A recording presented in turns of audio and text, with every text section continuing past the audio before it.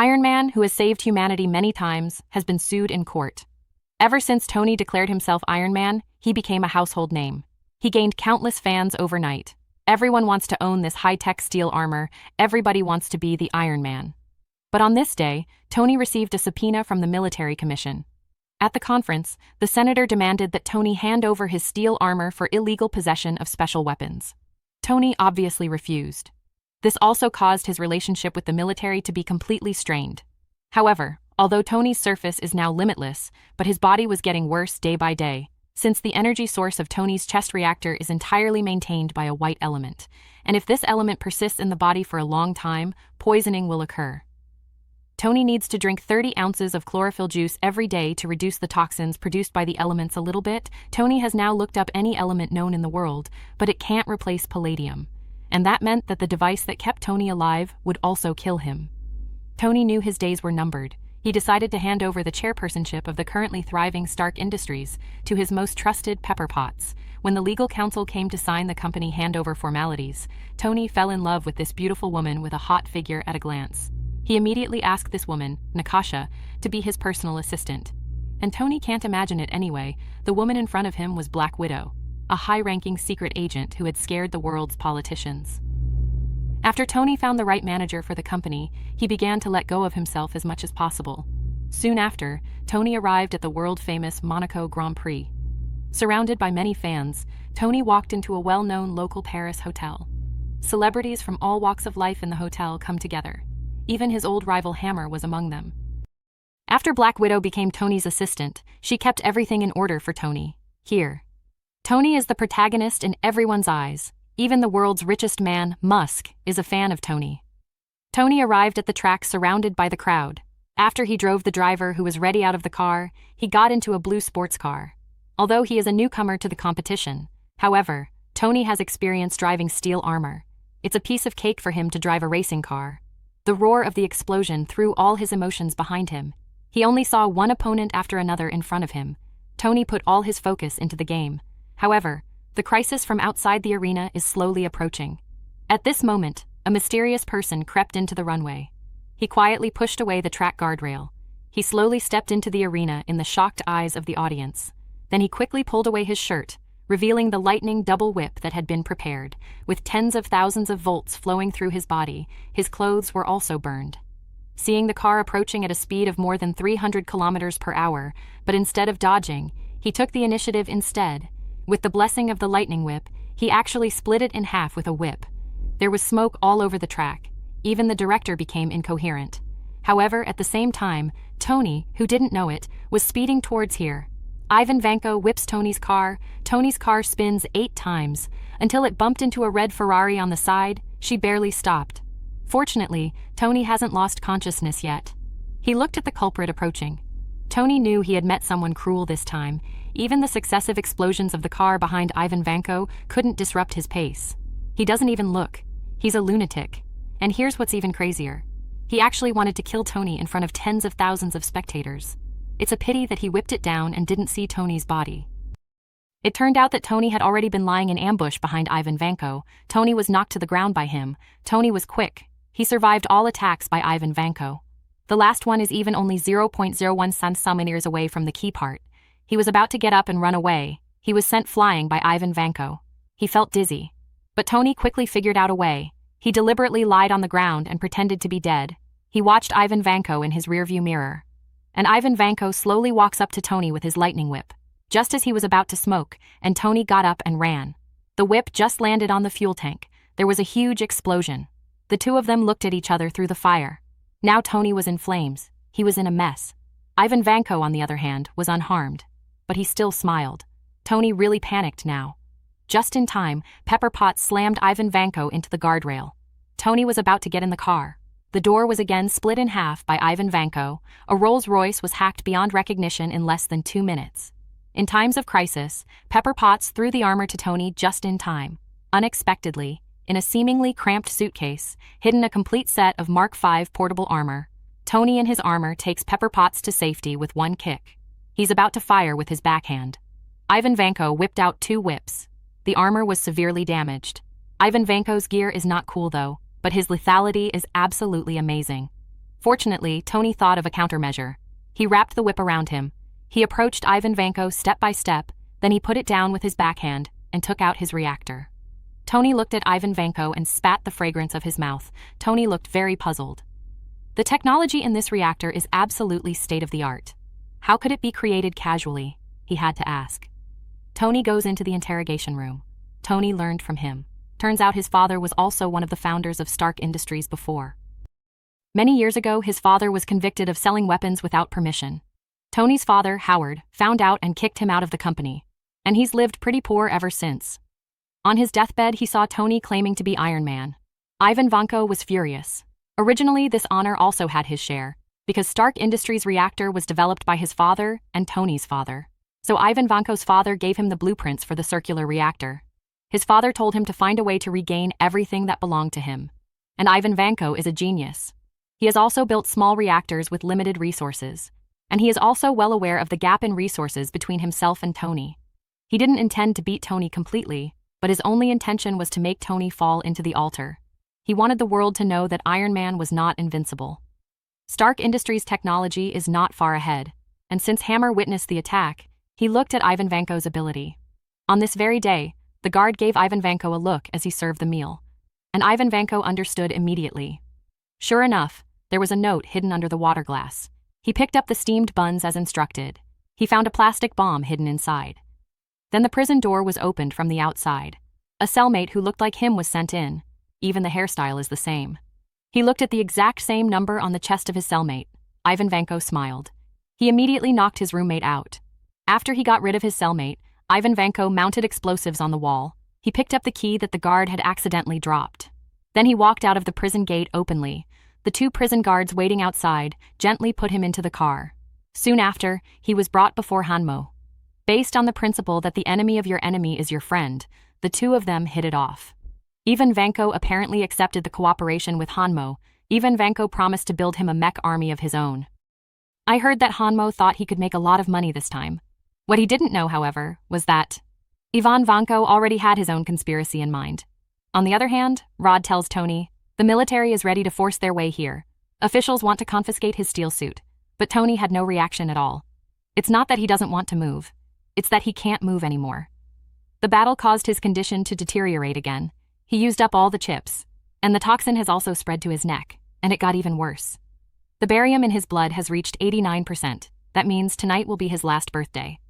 So he got himself very drunk. He let himself go completely. He danced in a suit of steel. He will also show in public how to put water in his battle suit, but he felt it was not enough. He started firing the palm cannon indiscriminately. Seeing Tony getting more and more excessive, Rod finally couldn't watch it anymore. He decided to wake Tony up. So he went to the R&D room. He put on the Mark II armor without hesitation. Rod tried to stop Tony with brute force, but the next second, he was thrown flying by the battle-hardened Tony. However, Rhodes did not stop because of this. He threw out the barbell and continued to defy. Now Tony can't bear it anymore. He picked up the barbell and hit Rhodes. The fight between them gradually became outrageous. The entire villa was torn apart, and it got even worse. The duel between the two gradually switched from hand-to-hand combat to weapons. They raised their arms at the same time. They fired their palm cannons together in a heated argument. Although the powerful energy produced a violent explosion, fortunately, neither of them was injured. However, at this time, Tony's mood was already low to freezing point, because his best friend actually threw his own last birthday party. But when he watched Rod wear the Mark II, Tony didn't order Jarvis to force the shutdown. Perhaps in his heart, he had found the right person to inherit his own armor. Rhodes hands over the Mark II to the state. The general decided to upgrade him. They brought in Tony's competitor, Hammer. They want to add firepower to it. Hammer certainly wouldn't miss this opportunity. He was frantically promoting his own proud weapon to Rod. He couldn't seem to attract Rhodes. Hanmo finally came up with his ultimate weapon. This thing is about the size of 2 fingers. And it's incredibly powerful. Hanmo said that as long as one is fired, buildings that are 100 meters tall can be flattened in an instant. Here. Tony was lying on a giant donut eating a donut. He was enjoying the last moments of his life. Just then, a Cyclops found him. This is director Nick Fury of SHIELD. He wanted Tony to join his Avengers. He also told Tony he had a way of getting Tony out of the palladium poisoning. And Tony was even more surprised. The secretary he had worked so hard to find turned out to be an agent of SHIELD. It turned out that a long time ago, SHIELD is watching Tony's life. And not only that, she injected him with lithium dioxide. This substance can quickly relieve the toxicity of the elements, but this is not sustainable. But it also bought time for Tony's next survival. To get Tony back on his feet, the chief took out the box Tony's father had left behind. He told Tony that maybe there was a way out. Tony opened the box dubiously. He found it filled with his father's belongings. At first, Tony didn't care, until he heard these words that woke up his life. Dad said that this model could change the world. However, due to technical constraints that year, destined to be just a theory on paper, so his greatest invention. It was never a reactor. Only then did Tony realize how deep his father's ill-spoken love was. What right did he have to give up on himself? He stopped lamenting the brevity of life. At the same time, the sixth plan was also born. Finish the unfinished business of my father. He always felt that models were a bit like something he couldn't remember for a moment. The slogan is even more incredible. He wanted to find out. He immediately scanned the model. Tony gets a vacuum digital wireframe for easy projection. He zooms in on the central sphere. He clears up all distractions and starts building protons and neutrons. I saw a sphere appear before my eyes. Tony is now full of tears. Even if he choked 1,000 words in his throat, he couldn't utter them. Yes, this is the new element enough to replace the version, but since the new elements cannot be synthesized artificially, the best solution is to demolish the house. So he took his sledgehammer and made a hole in the wall. He reworked the circuitry in his house. He did the work of the whole renovation team on his own. Soon, a high-energy particle accelerator is set up. Put on the shield of Captain America. The horizontal line just fits into the prism. Turn on the maximum power of the accelerator. A blue high-energy particle laser shot out. Wherever he went, he was cut off by the waste. After demolishing half of the house, the rays finally hit the energy chip of the new reactor. A completely new energy source was born. He puts it in the reactor. As long as its stability is tested, it can be directly installed and used. However, just then, Hanmo has come up with a new move. With the help of Ivan Vanko, he has built a whole sea, land, and air drone armor. He also converted the Mark II into a war machine at Rhodes' request. At this very moment, he is standing on the big stage of the Science and Technology Fair. He trumpeted that Tony's technique was a thing of the past. He is proudly dreaming of making a fortune. As everyone knows, he himself has become an old friend in history. But what he didn't know was, Ivan Vanko has already installed backdoors in every mech, with the scientific and technological financial support of Hanmo. Ivan Vanko has also upgraded his own lightning whip. After everything enters the designated link, he challenges Tony with revenge. And on the phone, Ivan Vanko threatens to destroy 40 years of Tony and his family in 40 minutes. As soon as this statement comes out, Tony immediately realizes that Ivan Vanko is going to attack the fair. He ignored the tests that had not been completed. He immediately forced his heart and soul into his body. A metallic taste immediately came out of his mouth. Then there was a bright blue light from his chest. The erosion marks left by palladium on the body gradually disappeared. He finally succeeded. Tony quickly rushed to the exposition site. He was just about to tell Rod about Ivan Vanko's conspiracy, but the next second, all the mechs, including Rhodes, aimed their weapons at Tony. And all of this is remotely controlled by Ivan Vanko from behind. In order not to hurt the innocent, Tony immediately flew into the sky. All the battle armor also flew out immediately after. They started a battle in the air. In just a few minutes, the scene of the expo was a mess, and everybody was running. Ivan Vanko commanded the armor to indiscriminately bomb the crowd in the park. It's just crazy. At this moment, a battle armor locked onto a child wearing an Iron Man helmet. Just as the armor was about to attack, Tony arrived just in time to save the child. And this kid is not simple. He grew up and was nicknamed Spider-Man. On the other side, Black Widow and Pepper Potts found Hammer. They asked about Ivan Vanko's whereabouts. He knew Hanmo, but he said nothing. Black Widow also decided to have a showdown. And she puts him on the table and she forces him to tell her where Ivan Vanko is. And she went to Hammer's lab. Although it is the home of Iron Man, but Black Widow's operation is really amazing. As expected of the strongest female agent on the surface, Harold at the door finally solved one. As soon as he looked up, all the security guards had been brought down. When the two of them rushed to the control room, Ivan Vanko has long since escaped. On the other side, Rhodes lashes out. He crashed into the ditch with Tony. Tony wanted to fight back, but he was backhanded on the ground by Mark II and shot in the face. Fortunately, Black Widow helped Rhodes release the control of the Mark II in time. After the two of them got up, they wanted to discuss a strategy first. But this group of war mechs didn't give them a chance. They quickly surrounded the two.